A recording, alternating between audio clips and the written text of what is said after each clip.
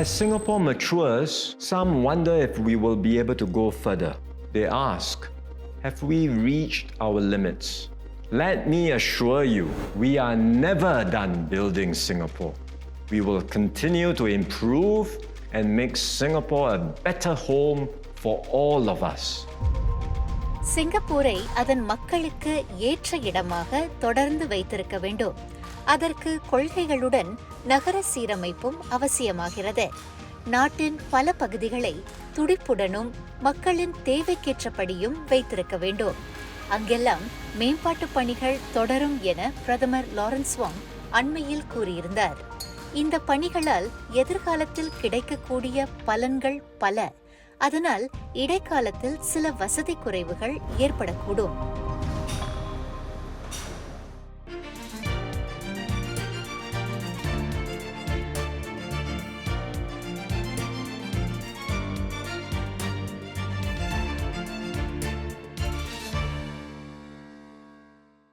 Construction நடக்கிறனால we are getting delay for the work. கல் அந்த மணல் எல்லாம் அந்த தூசு ரொம்ப பறக்குது. வீட்டிலலாம் ரொம்ப தூசியாக இருக்குது. அதை மறுபடியும் தொடச்சிட்டு மீண்டும் மீண்டும் அதை செய்ய வேண்டிய ஒரு சூழ்நிலையாக இருக்குது.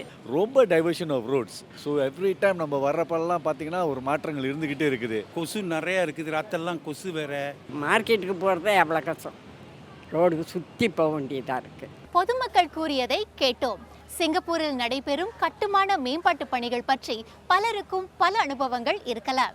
இன்று நாம் சாலை பணிகள் பற்றி பேச போகிறோம். முக்கிய பணிகள் என்றாலும் அவற்றால் சில இடையூறுகள் ஏற்படுவது இயல்பே. அவற்றை சமாளிக்க என்னென்ன முயற்சிகள் எடுக்கப்படுகின்றன? புதிய சாலைகளை அமைத்தல், ஏற்கனவே உள்ள சாலைகளை பராமரித்தல், மேம்படுத்துதல், இப்படி பல வகையான சாலை பணிகள் உள்ளன. வளரும் மக்கள் தொகை, நகர வளர்ச்சி, இவற்றுக்கு நாம் போக்குவரத்து கட்டமைப்பு ஈடு கொடுக்க வேண்டும். அதற்கு நமது MRT ரயில் கட்டமைப்பில் மாற்றங்கள் தேவை. அதனால் சாலை பணிகளுக்கும் அவசியம் ஏற்படுகிறது. சில வேளைகளில் சாலைகளை அகலமாக்க வேண்டிய நிலை நேரிடலாம். சாலைகள் மாற்றியமைக்கப்படலாம்.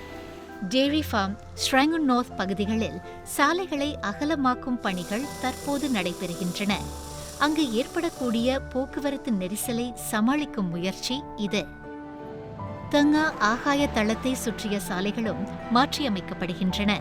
தளத்தின் விரிவாக்க திட்டத்திற்கு ஆதரவளிக்க இந்த பணிகள் தேவை. சாலை நெரிசலை கட்டுப்படுத்துவது மட்டும் நோக்கமல்ல, நாட்டின் நீடித்த நிலைத்தன்மைக்கும் மக்களின் வாழ்க்கை தரத்தை உயர்த்தவும் இத்தகைய கட்டுமான திட்டங்கள் அவசியம். கட்டுமானத்துறை சிங்கப்பூருக்கு மிக முக்கியமான ஒன்று. கடந்த ஆண்டில் மட்டும் நாட்டின் பொருளியலுக்கு 22.7 பில்லியன் வெள்ளியை ஈட்டித் தந்தது. அடுத்த சில ஆண்டுகளில் இது 30 அல்லது 35 பில்லியன் வெள்ளி வரை உயரக்கூடும். முன்னுரைப்புகள் இதைத்தான் காட்டுகின்றன. நீண்ட கால சாலை பணி திட்டங்கள் இதற்கு கை கொடுக்கும். ஆனால் மக்களின் தினசரி வாழ்க்கை பாதிக்கப்படலாம். TPE எனும் டெம்பனீஸ் விரைவுச்சாலைக்கு இட்டுச் செல்லும் லோயாங் மேம்பால சாலை, லோயாங் அவென்யூ, டெம்பனீஸ் அவென்யூ 7 சாலை சந்திப்பு, இவற்றுக்கு மேலே ஒரு புதிய மேம்பாலச்சாலையை கட்டி முடிக்க கூடுதல் காலம் பிடிக்கிறது. அது மட்டுமா, TPE, லோயாங் அவென்யூ, பாசிரிஸ் டிரைவ் 3 ஆகியவற்றுக்கு இடையே சுமார் 1 கிலோமீட்டர் நீளத்திற்கு புதிய லோயாங் மேம்பாலச்சாலை அமைக்கப்படுகிறது. போக்குவரத்துக்கு இடையூறு ஏற்படாமல் பார்த்து கொள்ளப்படுகிறது. அதிநவீன கட்டுமான கருவிகள் கை கொடுக்கின்றன. இவை சாலைக்கு மேலிருந்து இயங்கக்கூடியவை. இந்த சாலை பணியில் ஒரு சில சிக்கல்களும் உள்ளன. நிலத்திற்கு கீழ் தண்ணீர், மின்சார கட்டமைப்புகள், கட்டுமான பகுதியை சுற்றி வீடுகள். இதனால் குறிப்பிட்ட இடங்களில் மட்டுமே பணிகளை செய்ய முடியும். சாலை, நடைபாதை எல்லை வரம்புகளையும் கருத்தில் கொள்ள வேண்டும். இப்படி இருக்கும்போது சில சாலைகளில் போக்குவரத்தை திருப்பிவிட நேரிட்டுள்ளது. அதே போன்ற பணிகளை சுவாச்சுகாங்கிலும் காணலாம். அங்கும் ஜூரோங் வட்டார ரயில் பாதையின் ஒரு பகுதியாக புதிய ரயில் நிலையம் கட்டப்படுகிறது. என் வீடு வந்து 4th ஃப்ளோரில் இருக்குது.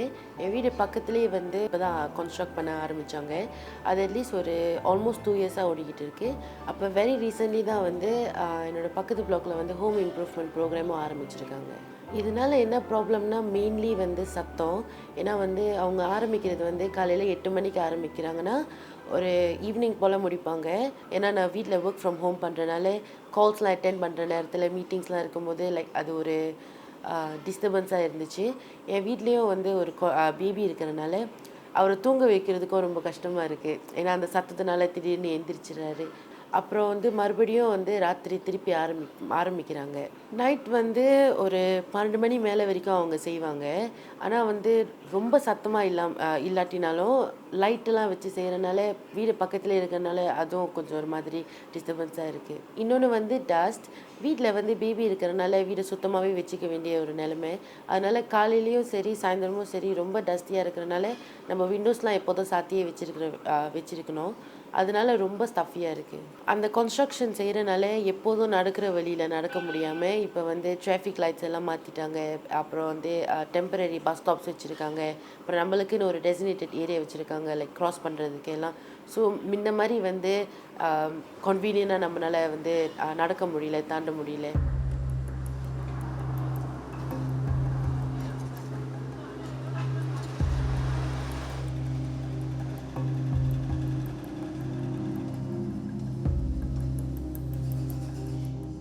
சாலைகளில் ஓரிரு தடங்களை மூடுதல், போக்குவரத்து வழிகளை மாற்றி விடுதல், சாலை பணிகள் என்றாலே இவற்றை எதிர்பார்க்கலாம்.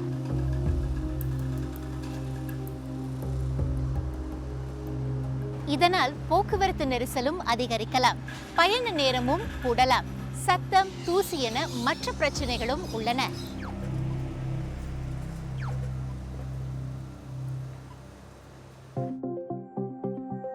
திருவாட்டி லட்சுமி, இவர் பீஷானில் வசிக்கிறார்.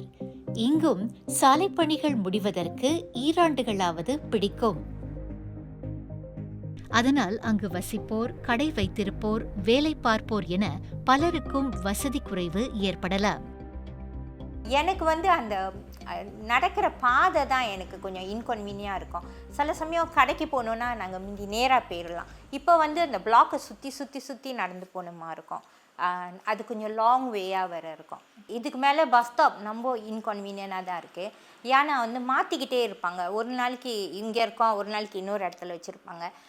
முந்தி நாங்கள் இறங்கிட்ட உடனே பஸ் ஸ்டாப் இருக்கும், கடை ஒன்றும் தேவையில்லை, நம்ம எம்ஆர்டி ஸ்டேஷன் போயிடலாம். இப்போ வந்து அந்த இடம் ரொம்ப நேரோவாக இருக்கிறனால நடக்கிறது கூட கொஞ்சம் கஷ்டமாக தான் இருக்கும். இந்த பஸ் ஸ்டாப்பை வந்து மாற்றி வைக்கிறனால இப்போ வந்து அந்த ஓவர் பிரிட்ஜ் ஏறி தான் எங்களுக்கு வந்து இங்கே வர முடியும். ஏன்னா முந்தி மாதிரி கீழே க்ராஸ் பண்ண முடியாது, க்ரீன் லைட் இது எடுத்துட்டாங்க.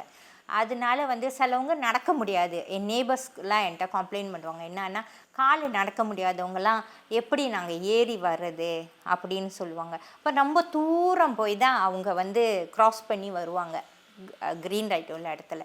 அந்த மாதிரி நிறைய பேர் என் பிளாக்ல உள்ளவங்களாம் கம்ப்ளைண்ட் பண்ணியிருக்காங்க.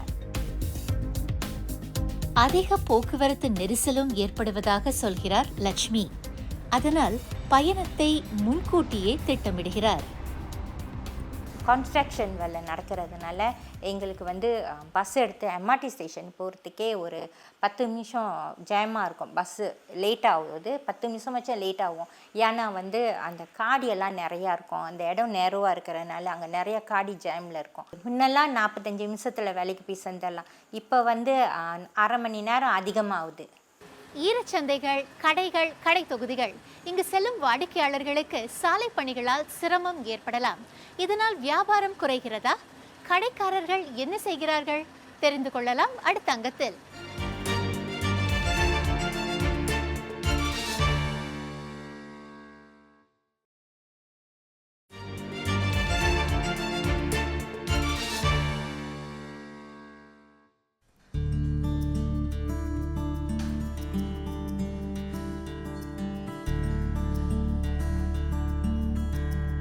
சிங்கப்பூரின் பல இடங்களில் கடைகள், கடை தொகுதிகளுக்கு அருகே கட்டுமானம் தொடர்கிறது. வாடிக்கையாளர்களை தொடர்ந்து ஈர்க்க முடிகிறதா? வசதியான இடத்தில் கடை வைப்பதையே உரிமையாளர்கள் விரும்புவார்கள். சிரத்தை எடுத்து அப்படி ஒரு கடை கிடைத்த பின் சாலை பணிகள் தொடங்கினால், வாடிக்கையாளர் வருகை குறைந்தால்? கட்டாயமாக ஒரு கன்ஸ்ட்ரக்ஷன் நடக்கும்போது டெஃபினெட்லி நமக்கு டஸ்ட்டு வரும். ஃபஸ்ட்டு வந்து டஸ்ட் வரும். இன்னொன்று வந்து மெயினாக வந்து அந்த ரோட் பிளாக்கேஷனால ஆளுங்க எல்டர்லி பீப்புள் வந்து எலைட் பண்ண முடியாது டெக்ஸிஸில் வரப்போ. அது one of the main concern. அதை வந்து பார்த்திங்கன்னா நம்ம காப்பாக்ஸ் யூஸ்வலி எஃபெக்ட் ஆகுது. ஏன்னா நம்ம ரோடே வந்து ரொம்ப குறுகியதாக இருக்கிறதுனால அதில் ரொம்ப காப்பாக்ஸ் ரொம்ப எஃபெக்ட் ஆகுது. அதனால் வந்து கஸ்டமர்ஸ் வந்து அங்கே எலைட் பண்ணாமல் வராமல் வேறு கடைக்கு போகுது, இன்னும் கன்வீனியனாக இருக்கிற இடத்துக்கு போயிடுவாங்க. ஸோ அதில் வந்து கட்டாயமாக பிஸ்னஸ் பெரிய அளவில் பாதிக்கப்படும். நம்ம கடைவெளி வந்து அதிகமாக வந்து நிறைய கன்ஸ்ட்ரக்ஷன் நடந்துகிட்ருக்கு. பைப்லைன்ஸ் போடுறாங்க, சமத்தில் எலக்ட்ரிக்கல் வயரிங் இருக்குது, முன்னுக்கு வந்து புது பில்டிங்ஸ்லாம் வரப்போகுது. ஸோ அதுக்காக நிறைய வந்து ரோடு ரீஸ்ட்ரக்சரிங்கே பண்ணுறாங்க, ரீரவுட்டிங்லாம் பண்ணுறாங்க. இப்போ அதனால் வந்து நிறைய டஸ்ட் அக்யூமுலேட் ஆகுது. அது கடவுளுக்கும் வர மாதிரி இருக்குது. நிறைய இந்த மாதிரி பிரச்சனைகள் அதிகமாக நடந்துகிட்ருக்கு. முந்தி வந்து நான் என்ன பண்ணியிருந்தேன்னா எக்ஸ்ட்ரா ஸ்டாஃப் போட்டு க்ளீனிங்லாம் பண்ணியிருந்தேன். அப்படியும் வந்து அது ஒரு பெர்மனன்ட் சொல்யூஷனாக இல்லை. சில சமயத்தில் ஓலுக்கு ஆயிரும். அதனால் இப்போ என்ன பண்ணியிருந்தேன், ஏர் கர்டன்ஸ் இன்ஸ்டால் பண்ணியிருக்கோம். ஸோ அதில் வந்து ஹீட்டும் உள்ளுக்கு வராது, one issue. another one is that dust உள்ளுக்கு வராமல் மினிமைஸ் பண்ணியிருக்கோம். இப்போ அப்படி இருந்தாலும் நம்ம எப்படியும் ஒரு 1 day எண்டில் வந்து கட்டாயம் க்ளீன் பண்ணி ஆகணும். வீக்லி வந்து ஓவரால் மெயின்டெனன்ஸ் பண்ணி தான் ஆகணும். இல்லாட்டினா வந்து ஒரு ஃபுட் இண்டஸ்ட்ரி ஸ்டாண்டர்ட் இருக்காது, அந்த பண்ண முடியாது. இன்னொன்று வந்து கன்ஸ்ட்ரக்ஷன் நடக்கிற போது வந்து நிச்சயமாக வந்து டிராஃபிக் ஜாம்ஸ் நிறைய ஏற்பாடு இருக்குது. ஸோ நம்ம கேட்ரிங் பண்ணுறப்போ வந்து அந்த வெஹிக்கிள் பார்க் பண்ணி நம்ம அன்லோட் பண்ணுறதுக்கு ரொம்ப கஷ்டமாக தான் இருக்குது. அதனால் நாங்கள் என்ன பண்ணுறோம், ட்ராலி வச்சு மெயின் கார் பார்க்குறது தள்ளிட்டு போய் தான் நாங்கள் பண்ணிகிட்ருக்கோம். அந்த மாதிரி சுச்சுவேஷன்ஸ் தான் கட்டாயம் பண்ணுறோம். இல்லை இன்னும் ஆஃப் பீக் ஹவர்ஸில் முடிஞ்ச வரைக்கும் நாங்கள் எங்களோட இதை நாங்கள் ப்ரிப்பேர் பண்ணிக்குவோம். கொசு பிரச்சனையும் இருக்கும், அப்பப்போ மழையை தாங்கிடுச்சுன்னா இருக்கும். இப்போ நம்ம கடையை பொறுத்த வரைக்கும் பார்த்திங்கன்னா நம்ம ரெகுலர்லி பெஸ்ட் கண்ட்ரோல் பண்ணுறோம். அது கவர்மெண்ட் ரெகுலேஷன் கட்டாயம் பண்ணுறோம். இப்போ அந்த மாதிரி நேரத்தில் வந்து இன்னும் அடிஷ்னலாக நாங்கள் பண்ணுறோம். ஏன்னா இது இல்லாட்டினா வந்து நமக்கு எஃபெக்ட் ஆகும், பிஸ்னஸ்க்கு எஃபெக்ட் ஆகும். இப்போ எலி கடையில் ஓடிச்சுன்னா நல்லா இருக்காதுல்ல. ஸோ கட்டாயமாக நான் வந்து அதுக்காக என்னென்ன முயற்சி எடுக்கணுமோ நாங்கள் பண்ணிகிட்ருக்கோம். இப்படி பல சிந்தனைகள், கேள்விகள். அதை பற்றி கவலைப்படுவதை நிறுத்திவிட்டு செயலில் இறங்க வேண்டும் என்கிறார் இவர்.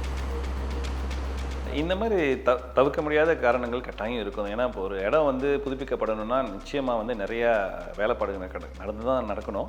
அதுக்காக நம்ம பொறுமையாக இருக்கணும். கடைக்காரங்க நம்ம இருந்தாலும் நம்ம பொறுமையாக தான் இருக்கணும். இப்போ இடப்பட்ட காலத்தில் பிஸ்னஸ் எஃபெக்ட் ஆனாலும் ஃப்யூச்சரில் லாங் ரன்னில் பார்த்தோம்னா கட்டாயம் நமக்கு பெனிஃபிட்ஸ் இருக்கும். நீங்கள் ஒரு 2-3 வருஷம் கழிச்சு பார்த்தீங்கன்னா நிறைய குடியிருப்பாளர் வந்துடுவாங்க. ஏன்னா நிறைய காண்டோஸ் அண்ட் நியூ ஹெச்டிபி ஃப்ளாட்ஸ்லாம் வருது. அவங்க வர சமயத்தில் வந்து பார்த்திங்கன்னா நிச்சயமாக பிஸ்னஸ் வந்து க்ரோ ஆகும். அந்த இதுக்காக நமக்கு காத்து தான் இருக்கணும்னு நினைக்கிறேன். ஏன்னா எவ்ரிதிங் நீட்ஸ் டைம். நம்ம உடனே வந்து எல்லாம் எதிர்பார்க்க முடியாது. இந்த கொஞ்சம் பல்ல கடிச்சு நம்ம இருந்தோம்னா கட்டாயம் வந்து அது பிஸ்னஸ் வில் பி பூமிங்னு நான் கட்டாயம் நினைக்கிறேன். உணவு, உடைகள், அத்தியாவசிய பொருள்கள்.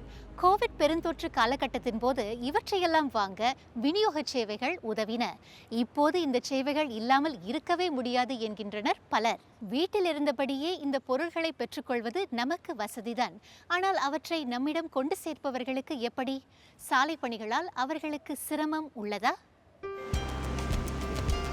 சாலைகளில் அதிக நேரம் பயணம் செய்கிறார்கள் இவர்கள். பொருளை வாங்கியவர்களிடம் உரிய நேரத்தில் அதை கொண்டு சேர்க்க வேண்டும்.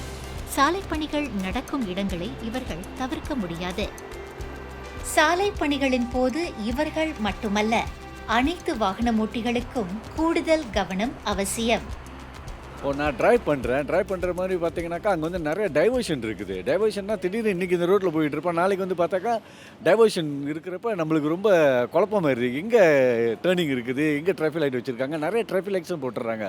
ஸோ பார்க்க போட்டிங்கன்னா நிறைய இன்கன்வீனியனாக இருக்கிறனால கொஞ்சம் பொறுமையாக தான் ஓட்டிகிட்டு போகணும். அவசரப்பட்டுலாம் போக முடியாது. சம்டைம் வந்து காணாமல் போயிடுறோம். திருப்பி ஒரு ரவுண்ட் அடிச்சு தான் ஓகே டைவர்ஷன் இருக்குது ரோடு அப்படின்னு. ஸோ அது வந்து ரொம்ப இன்கன்வீனியனாக இருக்குது. பட் சாய்ஸ் இல்லை. பிரச்சனை இருந்தால் அதற்கு தீர்வு அவசியம். யாரிடம் தெரிவித்தால் அது கிடைக்கும்? அவர்கள் என்ன செய்வார்கள்? இது போன்ற கேள்விகளுக்கு விடைகளை தெரிந்து வைத்துக் கொள்வதும் முக்கியம்தானே. தொடர்ந்து இணைந்திருங்கள்.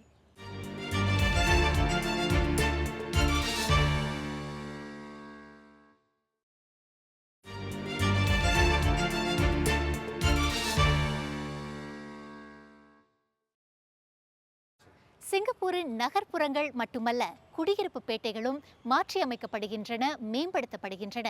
புதிய குடியிருப்பு பகுதிகள் உருவாக்கப்படுகின்றன. மக்களின் தேவைகளை பூர்த்தி செய்ய இது அவசியம். அத்தகைய திட்டங்களின் முக்கிய அங்கம் சாலை பணிகள். சிங்கப்பூரின் புதிய, பழைய குடியிருப்பு பேட்டைகளை நாட்டின் வெவ்வேறு பகுதிகளுடன் இணைப்பதற்கு சாலைகள் தேவை. அப்படி இருக்கையில் அத்தகைய சாலை பணிகளில் ஏற்படும் பிரச்சனைகளை எங்கு யாரிடம் சொல்வது? சொன்னால் என்ன நடக்கும்? கலாங் அலைவ் பெருந்திட்டம், பிரைம் வாட்டர் ஃப்ரண்ட் கோஸ்ட்லைன் திட்டம், இவ்விரண்டையும் பிரதமர் லாரன்ஸ் வாங் கடந்த மாதம் அறிவித்திருந்தார். உள்கட்டமைப்பு வசதிகள், நகர்ப்புற மறுசீரமைப்பு, நீர்முகப்பு வீடுகள், நவீன சிங்கப்பூரின் வரலாறு வேரூன்றியுள்ள இவ்விரு பகுதிகள் உருமாற்றம் காணவுள்ளன. விளையாட்டு நடுவத்தை முழுமையாக பயன்படுத்தவும் முழு காலாங் வட்டாரத்தை உயிர்ப்புடன் வைத்திருக்கவும் உதவ உள்ளது கலாங் அலைவ் பெருந்திட்டம். அதில் முதல் கட்டமாக 18,000 இருக்கைகள் கொண்ட புதிய உள்ளரங்கு கட்டப்படும். அங்கு நிறைய முன்னணி நிகழ்ச்சிகளை நடத்த முடியும். நம் விளையாட்டு வீரர்கள் சொந்த திடலிலேயே இறங்கி போட்டியிடலாம். நம்மை உலக அரங்கில் பிரதிநிதிக்க இது உதவும். பிரைம் வாட்டர் ஃப்ரண்ட் திட்டத்தின் மூலம் 120 கிலோமீட்டர் கரையோர பகுதிகளை இணைக்கலாம். சிங்கப்பூரில் மக்கள் தொகை அதிகரித்து வரும் நிலையில் புதிய குடியிருப்பு பகுதிகளை இங்கு கட்ட திட்டமுள்ளது. பாதசாரிகளுக்கு ஏதுவான நடைபாதைகள், MRT ரயில் இணைப்புகள், இப்படி பல வசதிகள் அங்கிருக்கும். குடியிருப்பாளர்கள், கடைக்காரர்கள், ஊழியர்கள் இவர்கள் அனைவருக்கும் இந்த கட்டுமான பணிகளால் சிரமங்கள் ஏற்படக்கூடும். அவற்றை குறைப்பதற்கு சில திட்டங்களும் உள்ளன. அதை எப்படி செய்ய போகிறார்கள்? நாம் வாழவும் வேலை செய்யவும் விளையாடவும் ஏதுவான இடங்கள் தேவை. துடிப்பான நீடித்த நிலைத்தன்மையுடைய நாடாக வைத்திருப்பதும் அவசியம். அதேவேளை நம் பாரம்பரியத்தையும் வரலாற்று சிறப்பிடங்களையும் கட்டிக்காக்க வேண்டும். சிங்கப்பூரின் நகர்ப்புற திட்டமிடலின் மூலம் இதையெல்லாம் கவனித்து வருகிறது நகர சீரமைப்பு ஆணையம்.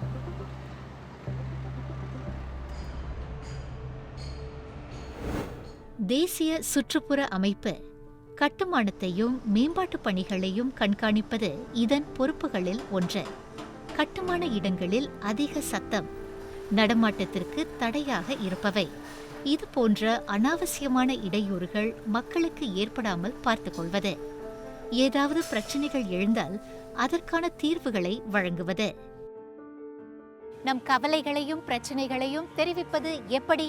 அதை கவனிப்பார்களா? இது போன்ற கேள்விகளுக்கு விடைகளை தெரிந்து வைத்துக் கொள்வதும் முக்கியமில்லையா? பொதுமக்கள் புகார் செய்யும் வரை அமைப்பு காத்திருப்பதில்லை. அனைத்து கட்டுமான இடங்களிலும் சத்த அளவை அது தொடர்ந்து கண்காணித்து வருகிறது.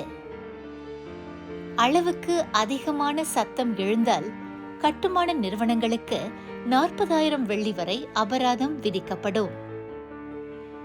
அதேவேளை சத்த அளவை பற்றிய கருத்துக்களை தொலைபேசி மூலம் அமைப்பிடம் தெரிவிக்கலாம். இந்த இணைய பக்கத்தில் கிடைக்கக்கூடிய படிவத்தையும் பூர்த்தி செய்யலாம். அதைவிட சுலபமான வழியும் உள்ளது. மை ENV எனும் செயலியை பதிவிறக்கம் செய்து கொள்ளலாம்.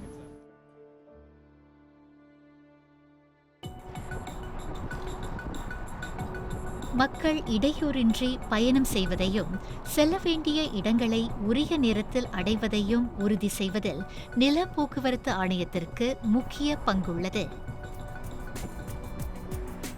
மக்களிடம் சேகரித்த கருத்துக்களை நில போக்குவரத்து ஆணையத்திடம் பகிர்ந்தோம். சில கேள்விகளை முன்வைத்தோம். மின்னஞ்சல் மூலம் பதில்கள் கிடைத்தன. குடியிருப்பாளர்கள், கடைக்காரர்கள் இவர்களுக்கெல்லாம் சாலை பணிகள் தொடங்குவதற்கு முன்பே அது பற்றிய விவரங்கள் வழங்கப்படுகின்றன. பணிகள் எவ்வாறு நடந்து கொண்டிருக்கின்றன எனும் தகவல்களும் அவ்வப்போது பகிரப்படும். அறிக்கைகள், துண்டு பிரசுரங்கள், நேரடி சந்திப்புகள் என பல வழிகளில் மக்களுக்கு தகவல் கிடைக்கிறது. மக்கள் தங்களின் கருத்துக்களை எங்கு பதிவு செய்யலாம் எனும் விவரங்களும் அதில் இருக்கும். மேலும் பாதசாரிகள், வாகன ஓட்டுநர்கள் ஆகியோருக்கான வழிகாட்டும் பதாகைகளும் வைக்கப்படும். சத்தத்தின் அளவை குறைக்க தடுப்புகள், பணிகளால் ஏற்படக்கூடிய பாதிப்புகளை கட்டுக்குள் வைத்துக்கொள்ள இப்படி பல உத்திகளை ஆணையம் கையாளுகிறது.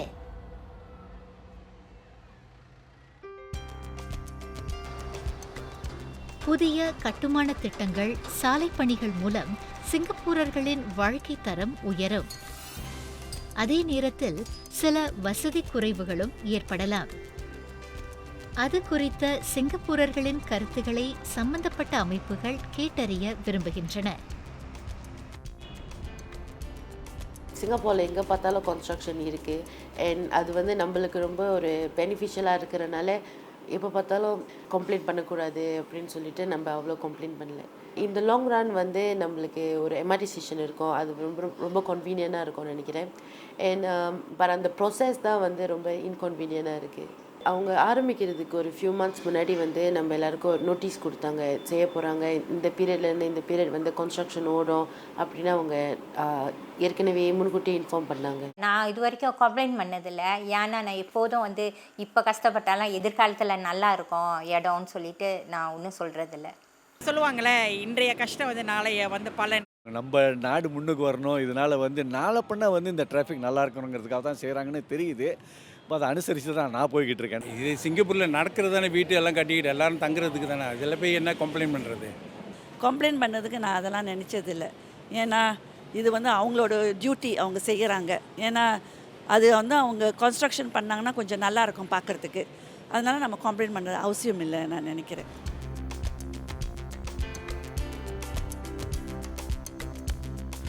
புதிய வீடமைப்பு பேட்டைகள், மேம்பட்ட போக்குவரத்து இணைப்புகள், சமூக பிணைப்பையும் உலக தரம் வாய்ந்த விளையாட்டாளர்களை உருவாக்க உதவும் பொது இடங்கள், இவை மக்களின் வாழ்வை வளப்படுத்தும். நம் நாடு உருமாறும் அதே வேளையில் அனைவருக்கும் இங்கு இடம் உள்ளது எனும் உணர்வை வளர்ப்பதும் அவசியம். நான் ஹர்னிதா, மீண்டும் சந்திப்போம். நன்றி, வணக்கம்.